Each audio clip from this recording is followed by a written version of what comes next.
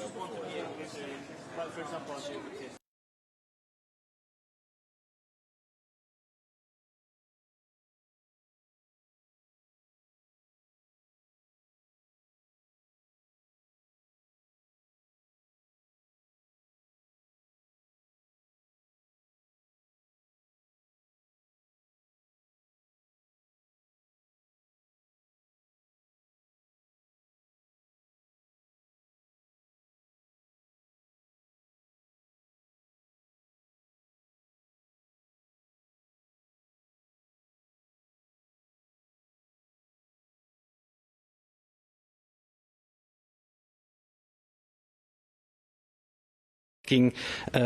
for what we have given to other trade partners in other trade agreements, in the one with Canada, the one with Japan, etc.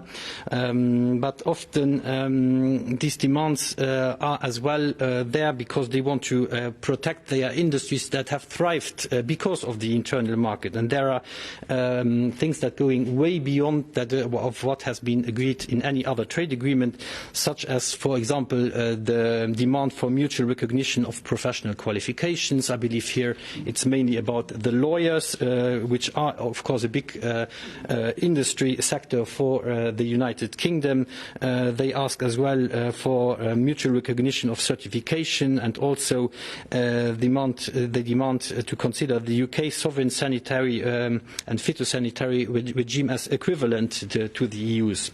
They are also asking the accumulation of routes of origin so that the UK could continue to qualify as originating, even though many parts of the goods would actually be sourced from outside the UK. So this has never been agreed in any other agreement. Then on financial services, of course, here what the United Kingdom asks the equivalence and even wants to co-decide on this equivalence. This is really a decision that just the European Commission can make. And on the other hand, we have now the quite late publications of the legal UK texts, and here we see that the UK refuses to talk about many chapters that are a bare component of our other agreements. And they, for example, when it comes to maritime transport, public procurement, SMEs, the future protection of our geographic indications. So this is going against the political declaration, which has the signature of Boris Johnson. We have to remind this, and it must be noted as well that they do offer this to other negotiating partners. We have yesterday seen that Boris Johnson wants to import cheap Tim Tams from New Zealand, and here indeed he is proposing a chapter on SMEs. He is as well proposing a government procurement. So why is he proposing there and not here with the European Union? I think we should have as well be conscious of the pure trade volume between the UK and the EU, and the one between the UK and Australia is just not comparable. So we have, of course, further political messages. We have a strong reminder that the level playing field is not an ideologic position of the EU, but it's the demand born from an unprecedented offer we give to the United Kingdom: zero tariffs, zero quota. That has never been offered by the European Union to any other trade partner, and therefore we need robust protection of our internal market. And in sum, I think we can say we broadly support Michel Barnier and his strategy for the negotiations. And to conclude, it's still a rather optimistic sign for myself, because it's always good to stop on a more positive note. We have seen that the UK last Friday proposed a light touch customs regime, so that there would be for several months the controls would not be made, just to help the British business to adapt to the new situation. So I see that there is some pragmatism coming up, and I really hope that the legendary British pragmatism will finally win over ideology, because this is in the interest of all our citizens, of our overall economy, and that should really be what we are aiming for. And I'm looking forward to get questions from you. Thank you very much. Thank you very much. So with that said, we will move over to questions. And we have journalists who are waiting in our virtual waiting room. Before we let them on, I would just like to ask if there's anyone in the room who are here who would like to ask a question. And before you do, can I just kindly ask that you state your name and, if so, who you are addressing the question to. Thank you. Bonjour. Merci pour me donner la possibilité de parler au nom des Européens aussi. Donc nous avons entendu après la réunion, je sais que c'était le président du Conseil, mais en tout cas il parlait de mettre un tigre dans le moteur plutôt que d'accepter les yeux fermés cette signature. Je voudrais savoir, donc par rapport aux négociations, qu'en est-il des citoyens? Parce que quand le Brexit a été voté, on a entendu beaucoup d'Anglais qui voulaient prendre la nationalité, changer de nationalité et donc rester européens.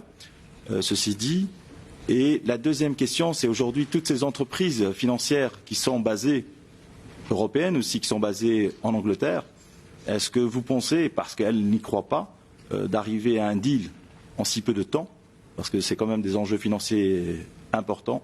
On parle de l'Europe, mais on parle aussi du Commonwealth et des autres pays arabes aussi qui ont investi beaucoup en Angleterre. Est-ce que dans ces chapitres-là aussi, vous avez soulevé ce côté financier, de place financière, parce que peut-être que Bruxelles pourra en profiter, et puis voilà. Donc par rapport au tigre, j'aimerais savoir au niveau du Parlement comment les députés ou comment vous avez pris cet animal, car nous on n'a pas encore très bien saisi quelle était la précision du tigre dans le moteur. Merci. C'est Amina Chemi de Euromag. Well, over to the right. Oui, peut-être je vais vous répondre en français aussi. Je pense effectivement le Parlement agit évidemment aussi dans l'intérêt de tous les citoyens, mais on a aussi des chapitres très très forts pour premièrement les droits des citoyens européens au Royaume-Uni, mais aussi le million des Britanniques qui vivent sur le continent. Donc de ce côté-là, on a effectivement un langage très très fort parce qu'on veut, et ces choses-là devraient être réglées aussi dans le cadre de l'accord de retrait. Donc nous on insiste très très fortement sur justement la transposition de ce qui a déjà été signé, et là aussi on a la signature très ferme de Boris Johnson sous cet acte. Donc ça c'est un point sur lequel on veille effectivement très très très intensivement dans notre texte. Pour les services financiers, comme vous le savez, ce que l'Union européenne a proposé sur les services financiers est très très réduit. Par contre les Britanniques évidemment ont des demandes très forte dans ce secteur parce qu'effectivement les services financiers c'est un de leurs piliers, un des piliers de l'économie britannique et surtout de la place financière de Londres. Je sais que évidemment l'accès au marché intérieur est aussi pour ces prestataires-là très très important. C'est justement dans ce but qu'ils demandent l'équivalence et de pouvoir codécider sur l'équivalence. Mais là à nouveau on a la question l'équivalence, qu'est-ce que ça veut dire? Ça c'est aussi parce qu'après on va parler level playing field, c'est la même chose en fait. On veut que les règles du jeu soient égales pour les deux compétiteurs et alors on trouvera certainement un arrangement. Mais pour avancer sur ces sujets-là, il faut maintenant arrêter de camper sur ses positions fermes. C'est ce que le Royaume-Uni a fait pour l'instant aussi. Donc maintenant, il faut profiter des semaines qui sont devant nous. Vous avez tout à fait raison. Le temps qui nous reste est extrêmement réduit. On doit avoir un texte légal qui doit être prêt jusqu'à fin octobre parce qu'effectivement ce Parlement-ci doit encore donner son feu vert à ce futur accord. Donc maintenant on n'a vraiment plus de temps à perdre et justement j'invite les négociateurs des deux côtés à se mettre aussi à table sur ces questions que vous venez d'énoncer et faire des avancées très concrètes. Pour l'instant le progrès est plus que limité. Yeah, just very short, in addition to what Christophe has said. I think, when it comes to the citizens, this is part of the withdrawal agreement, right? So this is international law ratified and signed, so it needs to be implemented by the end of this year. And these are, of course, very important issue, both as the Irish Protocol, which are in the withdrawal agreement, where we know that we follow closely with the UK coordination group the implementation of that.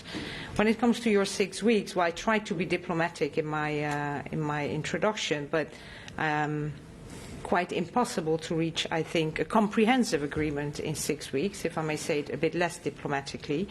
And let's also be clear that the time pressure under which we are there because the UK chooses the time pressure, right? We had agreed a transition agreement where the UK had the possibility of postponing it with 1 to 2 years. Which they chose, which they made clear they don't want that. So we have until more or less, we have 4 months left if we want to have it ratified before the end of the year to reach an agreement. Now, after 4 quite lost months to say now we can reach it in 6 weeks, that's why we said we're looking forward to the details how to do that. Mr. Lange, can I just ask you that you walk up to the podium so that you become fully visible? Yeah, just a small remark. My parents, they owned a garage, and it was an Esso garage. And in the 70s, there was a commercial from Esso, put the tiger in the tank. And all the customers always asked, what is the benefit of putting the tiger in the tank? And to be honest, I could give a real answer to that. So we'll ask now the Prime Minister of UK what is the benefit of putting the tiger in the tank. If there is really a constructive move towards a negotiation process, then the tiger might be successful, but I'm skeptical. I had the honour of attending the high-level meeting on Monday. President Sassoli invited me to accompany him to this video conference, so I was a witness when Boris Johnson taught at least me a new French proverb I hadn't heard of before, mettre un tigre dans son moteur. He spoke that in his perfect French with a slight English accent. I think what it's all about is that both sides have agreed to intensify the talks in July. And they better do so because Cathy and Christophe and Bernd were already referring to the enormous time pressure. If the UK now definitely doesn't want to extend the transition period, we need a ready legal text by the 31st of October, so we better get cracking. We've got 4 months and a couple of days left. So let's put some tiger in the tank, but indeed we need to know in which direction the car should drive, and I'm still hoping that the car in the end will drive towards an agreement, because I still believe that an agreement is better than not having an agreement, but of course it cannot be an agreement at any cost. We respect the UK principles, but we in the European Union also have principles, and this parliamentary resolution is well worth reading, not only in Brussels. Thank you very much. Ms. McAllister, you can actually remain there for now because we have a question coming through from our virtual waiting room from Daily Express, and it's the reporter Joe Barnes. My favourite newspaper. So, hello. Please, the floor is yours, Joe. No, much appreciated. Thank you. Wait, sorry. Oh. Okay, sorry. My French and German is not up to your standard, I'm afraid, so I'll go in English. No, so you talk about showing unwavering support for Michel Barnier.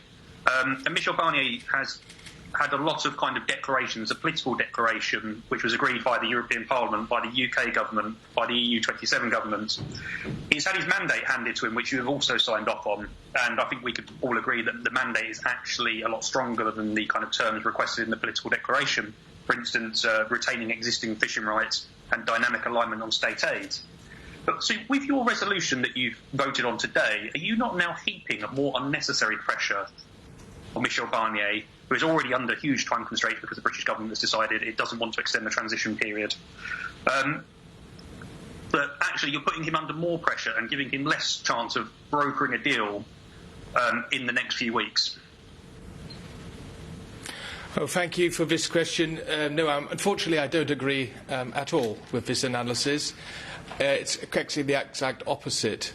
This report, it's not a resolution, it's a report which the European Parliament has adopted, is the work of an encompassing process, as described, getting all committees on board with their opinions.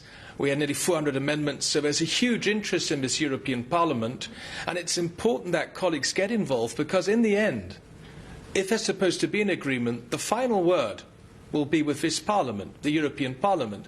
We will have to approve any agreement found. We are in an excellent cooperation with Michel Barnier. In the last few weeks, we've had such an intense cooperation, and this report, and especially the overwhelming majority this report has found, shows the unity behind Michel Barnier across political party lines. I haven't seen the results in detail, but you can see that the major political groups in this European Parliament are supporting our chief negotiator. So my impression is that, first of all, we're sending out a strong message, what is really of importance for us. Second, we are sending out a strong signal of unity, rallying behind our chief negotiator, Michel Barnier. And I think it's important that also the British side understands that the European Parliament will play a crucial role at the end of this process, and both sides should take note of what we have to say. In the first part of this drama, before the British left the European Union, regrettably, we were always witnessing many, many interesting sessions in the House of Commons. Well, there's another parliament which also plays a crucial role, and that is the European Parliament. So I hope that was clear enough, and I've been in contact with Michel Barnier already, informing him about the positive outcome of this. And finally, the political declaration of October last year was painstakingly negotiated by both parties, and it carries the signature of the UK Prime Minister then, Boris Johnson, and the UK Prime Minister now. And what the European Union, and especially the European Parliament, really expects is what was jointly agreed in October should now be transmitted into an agreement which is beneficial for both sides. And many, many issues, many, many answers, what is still lying between us, can all be found in the political declaration. And once again, it may not be legally binding, but it's politically binding for us. This political declaration sets a framework we are operating on. Thank you very much. Then we have the next question. It's coming from Catherine Fior from EU Reporter. So if we could let her on, please. Hi. Thank you. Hi, Catherine. Hello. Hi. Good afternoon. A question for Mr. McAllister, I think. Sorry. You say, you were at that meeting on Monday. The 6 weeks for finding the it does seem a little bit implausible.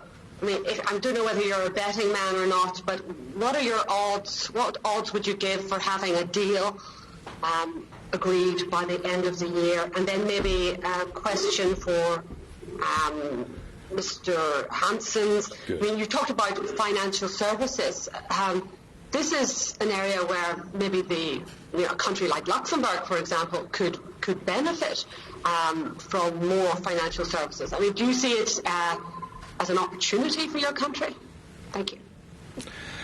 Okay, I can be very brief. Yes, I attended Monday's high-level meeting, sitting next to our President, David Sassoli. The talks need to be intensified, and I would like to refer to what Commission President Ursula von der Leyen said yesterday in the plenary. She doesn't know, nobody knows if we can find an agreement or not. How can we at this stage? But in the European Union, that is my impression, there is still a strong will and determination to find an agreement. Of course, in the end, this agreement will need compromises, but we will stick to our fundamental principles. And as Christoph Hansen just pointed out, the offer the European Union is making is unprecedented. Never ever has a third country been offered this kind of access to the world's largest single market. No tariffs, no quotas. And this is an unprecedented offer, but of course it's up to the UK to decide whether this country, this great country, will accept our offer or not. Since I'm from Germany and the betting industry isn't as popular as in Britain, I don't bet. I will follow the negotiations with thorough interest, and I think that in August, once again, we will have to take stock of how far we have come. And the clock indeed is ticking, but that we are under this enormous time pressure is solely a British decision. They wanted the 31st of December for the extension, the transition phase, and they have now ruled out any extension. We have to accept this, but this indeed now makes us have to work through the whole summer months. Christoph, Mr. Hansen, the second please. question is for you.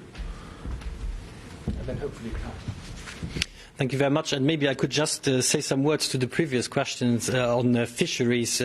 If we were putting a little bit too much pressure on Michel Barnier to get as well a fisheries deal done, well, I would invite you to just consult a little bit the figures of how fish is traded, processed and sold in the European Union, but as well between the 27 and the United Kingdom. When you see that the United Kingdom sells about 75% of their landings to the continent, so of course a lot of the fish caught is three-quarters is sold directly to the continent. On the other hand, of the fish that is eaten in the United Kingdom, 65% are imported. So there is interlinkages. Then we have as well a lot of fleets in the United Kingdom that are actually owned by foreign companies. You have to be aware that in the 90s we had an overfishing crisis, namely on cod, and since the quota was cut, then a lot of fishermen sold actually their quotas, and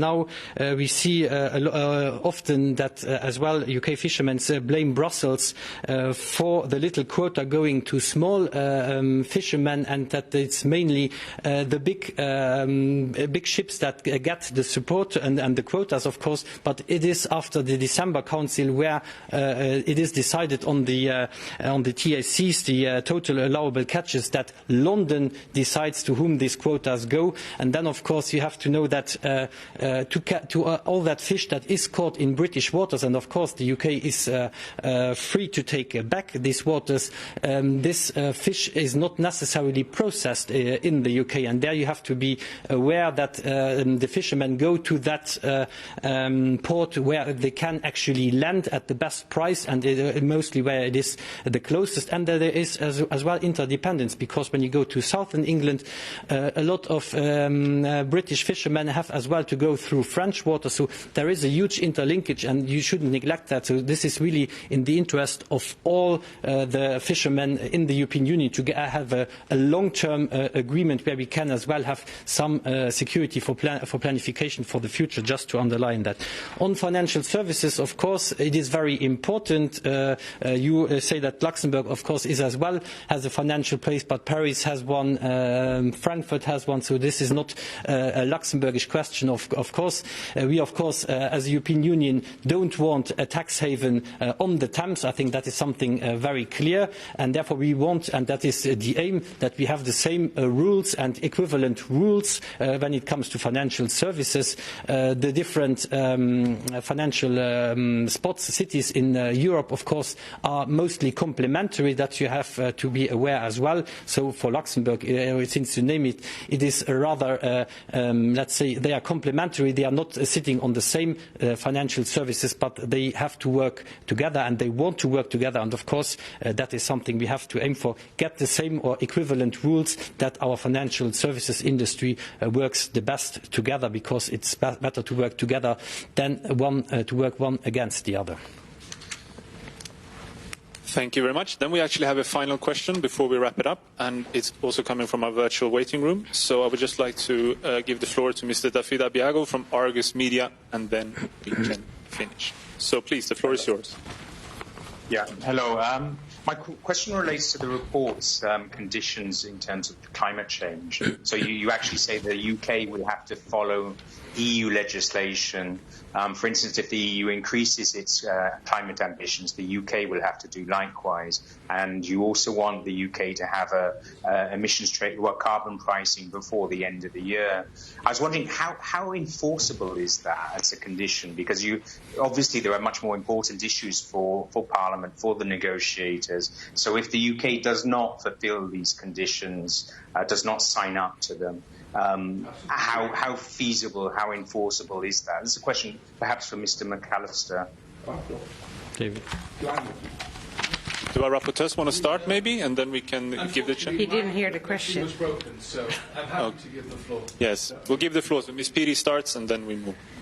Well, I think this is what we mean with a level playing field. It's actually also when it comes to environmental legislation, when it comes to social legislation. I mean, our economies are so interlinked, and like I think David just said, if you want to have free access to the market, and the thing we certainly don't want to have is a race to the bottom when it comes to standards on environment, when it comes to standards on social issues. So, I mean, if there is like one red line for the Parliament, I would say the red line is absolutely the level playing field, where we don't want to compete, where we have the same standards now, and we don't want a competition based on these very important standards, not only for Europe, but I also hope very much for the British citizens that the UK government does not in the future want to lower the standards and want to stay ambitious in this field.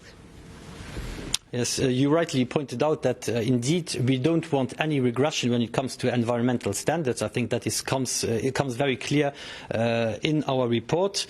I see already someone drinking wine in the. I know it's.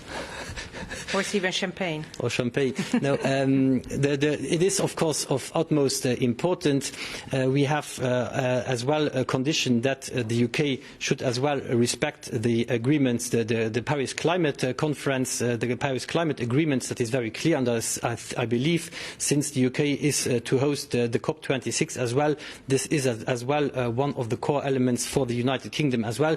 The United Kingdom has always been at the very forefront as well in the European Union when it comes to combat climate change, and I hope this will of course stay the same.